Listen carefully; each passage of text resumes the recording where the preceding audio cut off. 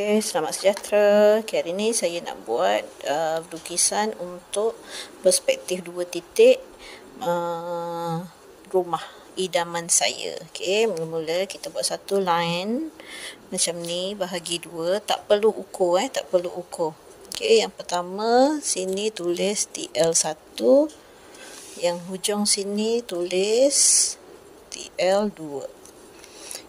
Yang ni kita gariskan mendatar. Yang ini hujung ni kita tarik kepada TL1.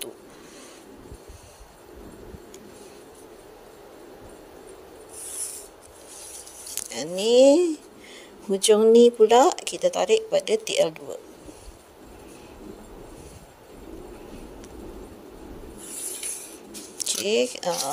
Sebenarnya awak boleh je awak nak pilih tajuk yang mana, tapi kalau tajuk cetakan dan juga catatan kita belum belajar. Tapi kalau awak pandai, awak boleh je buat. Kalau yang tak pandai boleh gunakan pensel warna, tapi gunakan teknik 3 ton warna. Dah jadi macam ni. Ni kita garis tegak juga untuk kita punya lebar rumah kita. Macam ni. Jadinya, yang belakang ni memang macam yang awak tahu, perspektif depan dia adalah besar, belakangnya adalah kecil. So ni dah jadi bangunan rumahnya lah. Ni kita nak buat dia punya bumbung. Bumbungnya ni kita bahagi 2. Ni kita gariskan. Ni pun kita gariskan.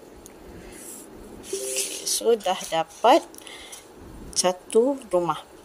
So ni adalah rumah 2 tingkat lah. Rumah idaman saya, rumah 2 tingkat. Yang ini kita teruskan garis sebab kita nak buat dia punya garaj kereta.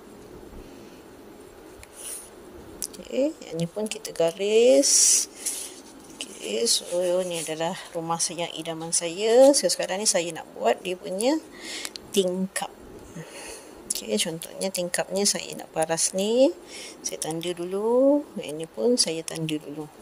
Kita ambil garisan daripada titik lenyap 1, gariskan slow je, jangan hitam-hitam. Lepas tu kita gariskan. Yang ini kita boleh buat lah, andai kata kita nak buat tingkap yang macam mana. So saya